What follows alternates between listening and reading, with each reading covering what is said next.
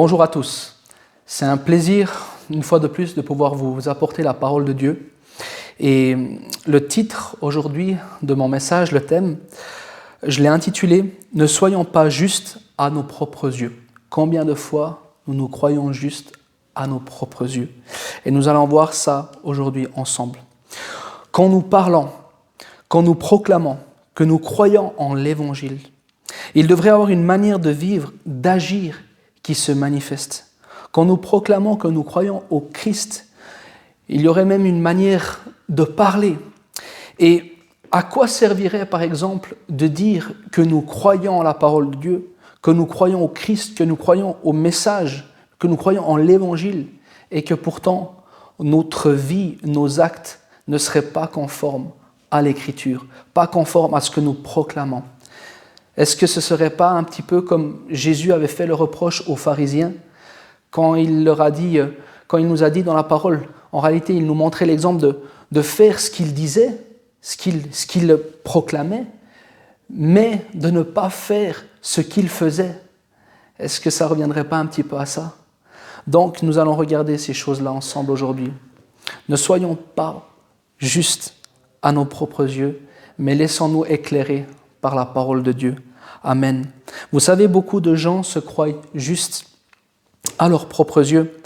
Beaucoup de gens se croient dans la vérité même, dans la vérité biblique. Et il y a tellement de religions aujourd'hui, il y a tellement d'humains différents sur cette terre, de façons de penser différentes sur cette terre. Et vous savez, beaucoup de gens se considèrent comme des personnes moralement même bonnes, même justes, correctes. Mais qu'est-ce que c'est le sens moral? Qu'est-ce que c'est réellement le sens moral? Nous allons voir quelques points ensemble aujourd'hui justement, à travers la Bible qui va nous éclairer. Amen.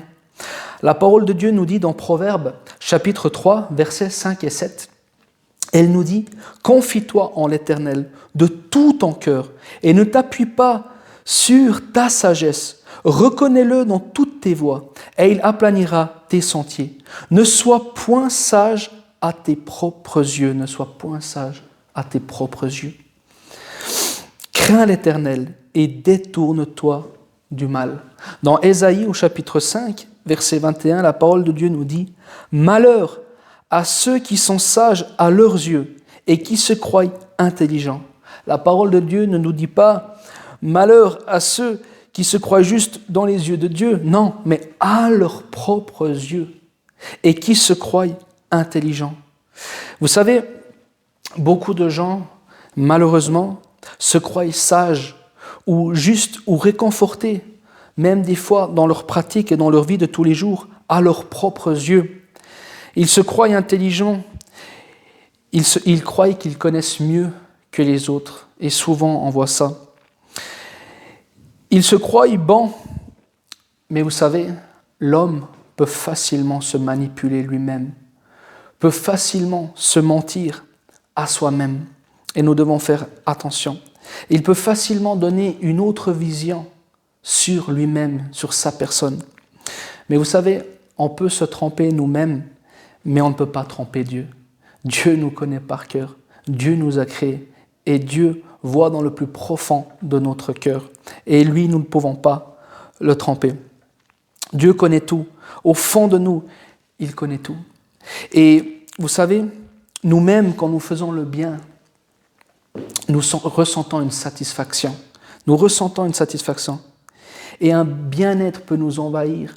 Mais la même chose quand nous faisons quelque chose de mal, il y a aussi cette culpabilité qui vient en nous, qui vient sur nous, et cette honte qui vient dans notre cœur. Et tout le monde a un sens moral, comme tout le monde a des sens physiques, que ce soit l'odorat, le goût, le toucher, etc. Tout le monde a un sens moral. En tout cas, ça devrait être le cas.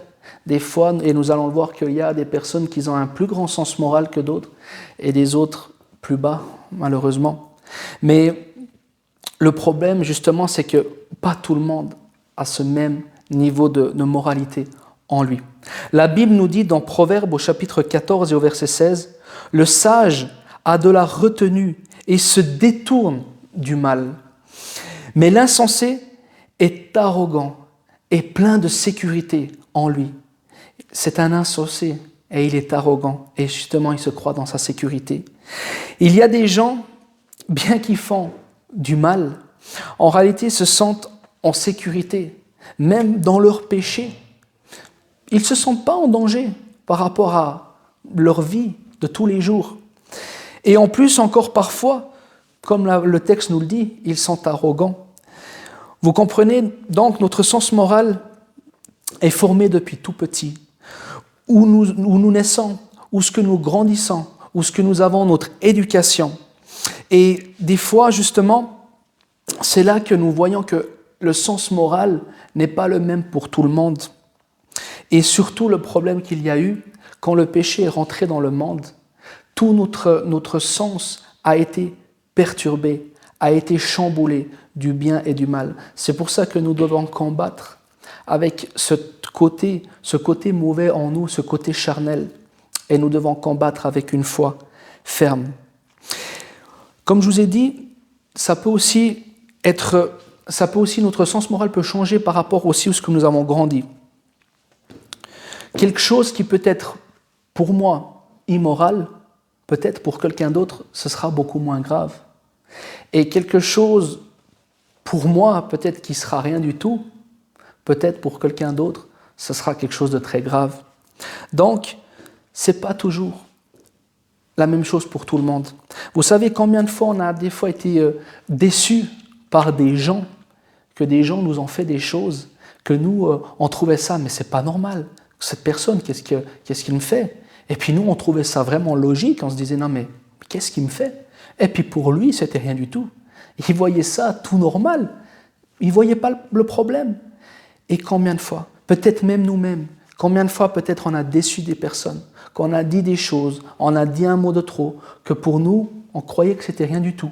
Et peut-être la personne en face de nous était offensée, parce que justement, il n'y avait pas le même niveau de moralité.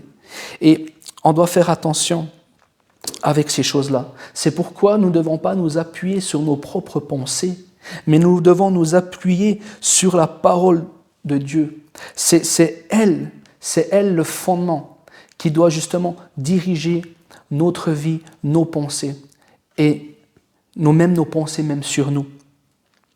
Vous savez, un enfant, par exemple, je vous ai parlé de l'éducation, par exemple, un enfant qui va naître dans une famille, on va dire, plus violente, qui est habituée à des choses plus violentes, à de la bagarre, toutes ces choses-là, peut-être pour lui, donner une gifle à quelqu'un, pour lui, ce sera rien, ce sera même quelque chose de pas grave. Il a vu tellement de violence autour de lui que peut-être ce sera rien du tout, rien du tout. Par contre, pour quelqu'un d'autre, une personne qui va être élevée dans une famille, on va dire peut-être un peu plus bourgeoise, tout ça, pour lui, rien que de dire un mot vulgaire va être offensant. Vous comprenez?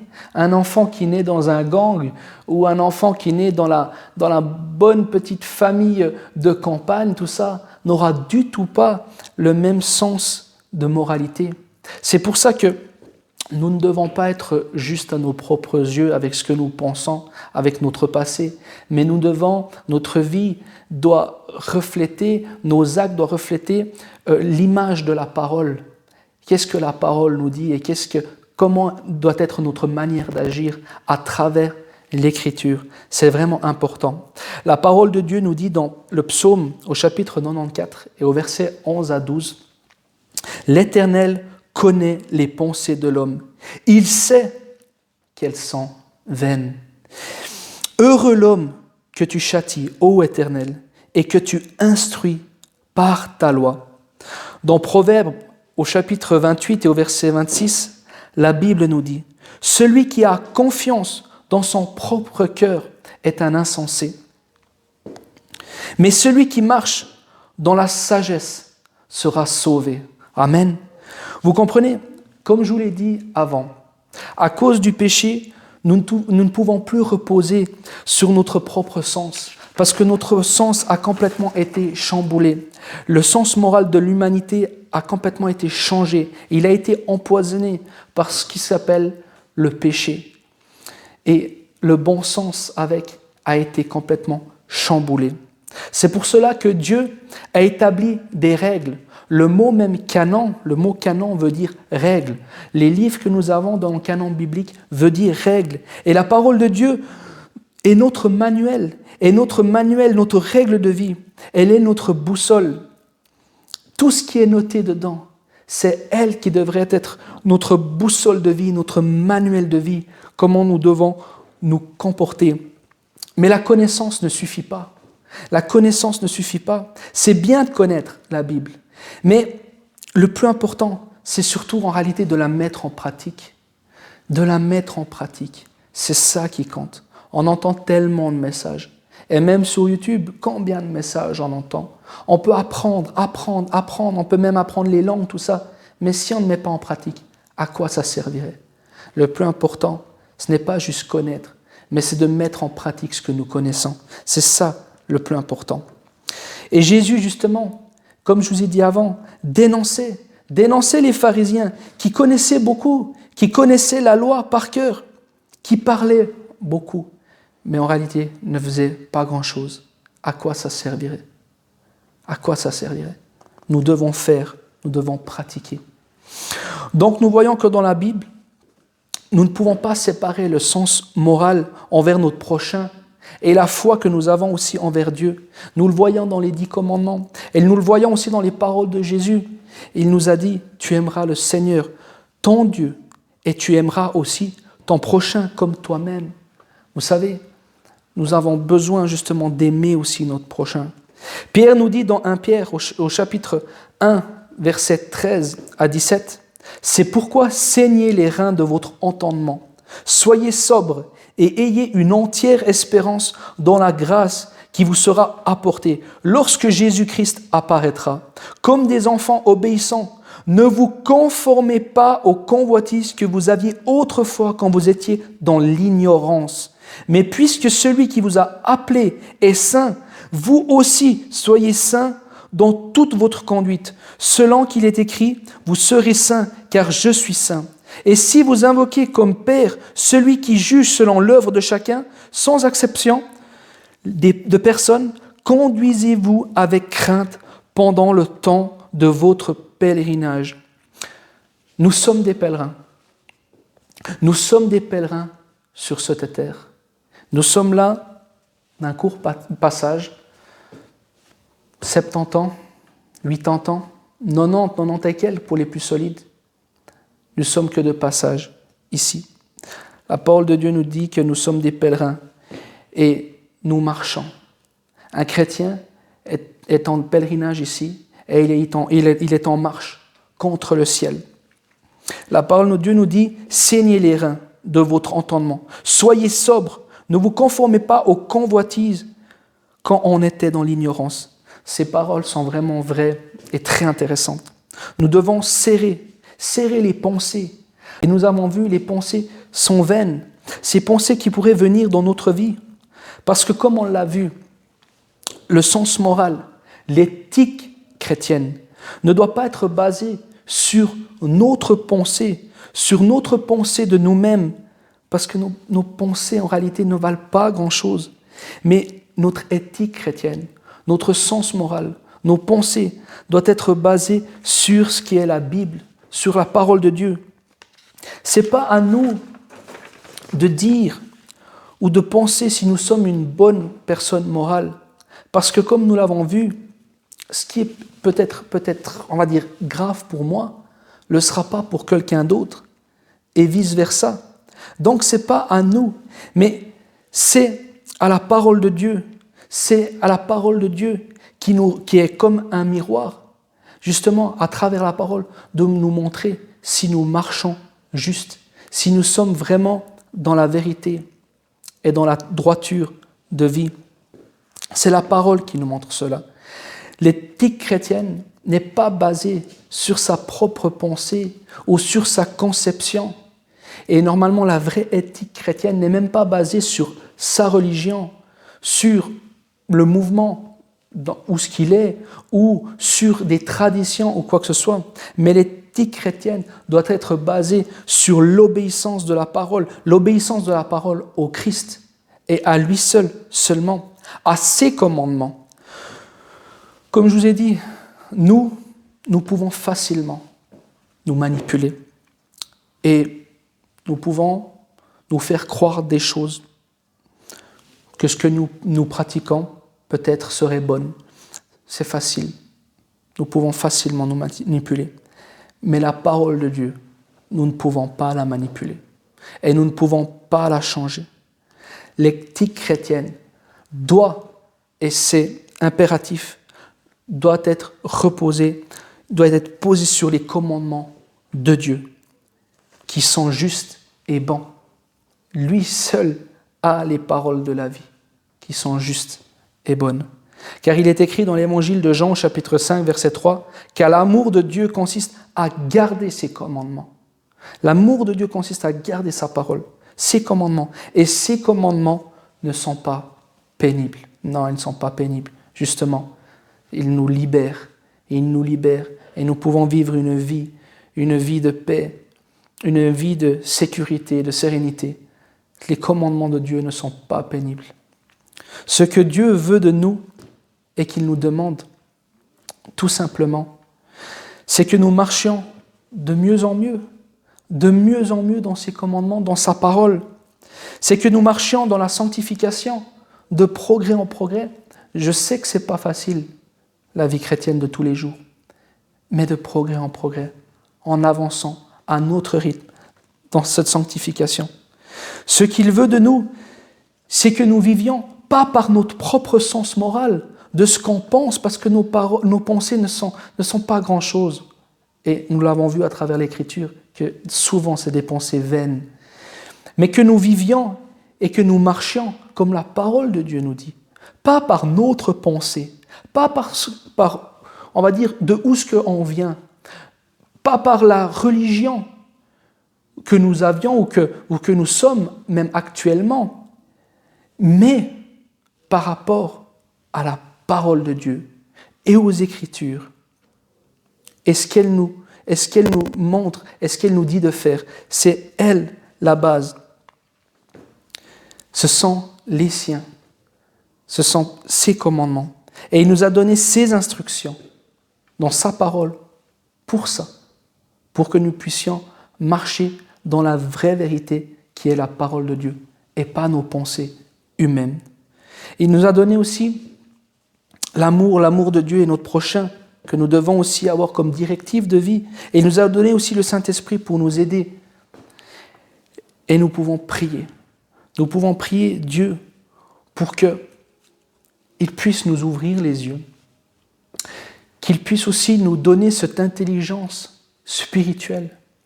Et aussi, si nous manquons de sagesse, nous pouvons aussi lui demander qu'il augmente notre sagesse.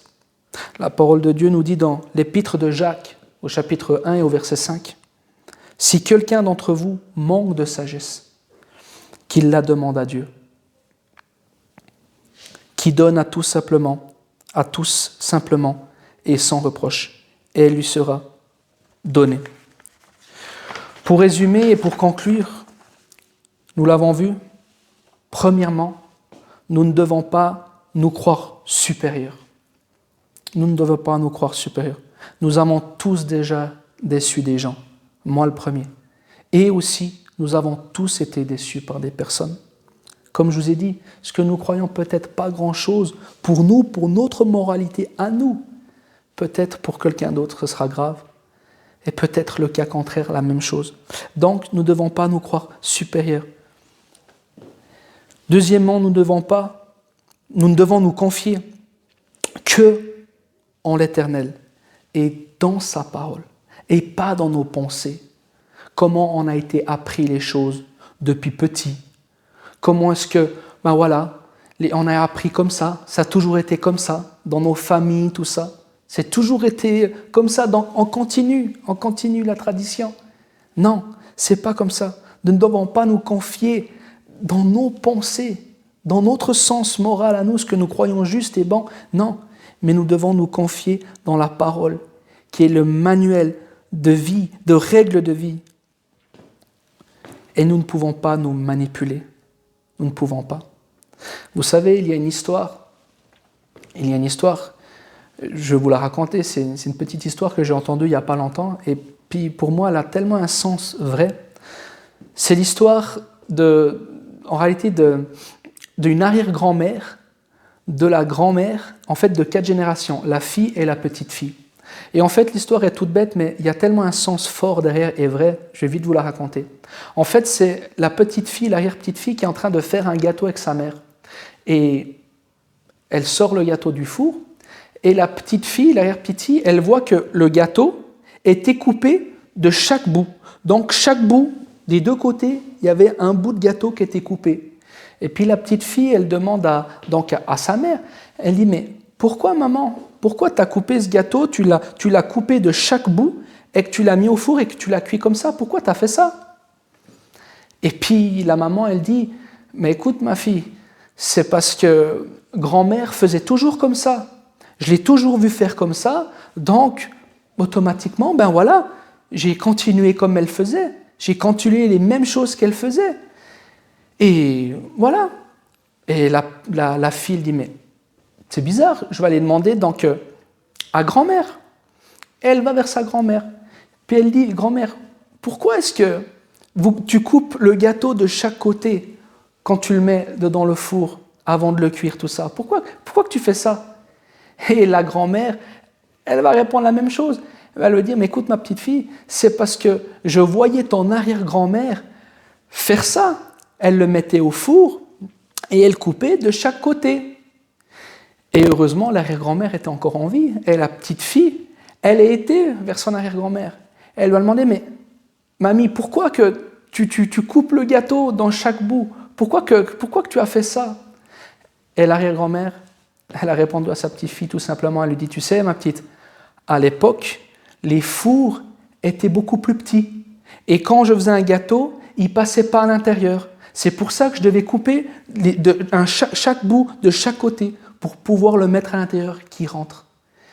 Et une chose en réalité toute simple, que à la 4e génération après, il n'y avait plus besoin de faire, parce qu'en réalité, il y avait un nouveau four, les choses ont évolué, les gens ont compris, et bien ça s'est répété de génération en génération. Pourquoi? La parole de Dieu est là. La parole de Dieu est là, elle est à portée de chacun. Elle est chez nous. Nous pouvons la lire. Pourquoi répéter des choses basées sur des pensées humaines, des choses que nous avons vues de tradition en tradition, mais qui en réalité ne reflètent pas la parole de Dieu? Elle est là. Elle est notre règle de vie. Elle est notre boussole qui nous amène auprès du Père, à ce royaume céleste où ce que Jésus nous a préparé une place.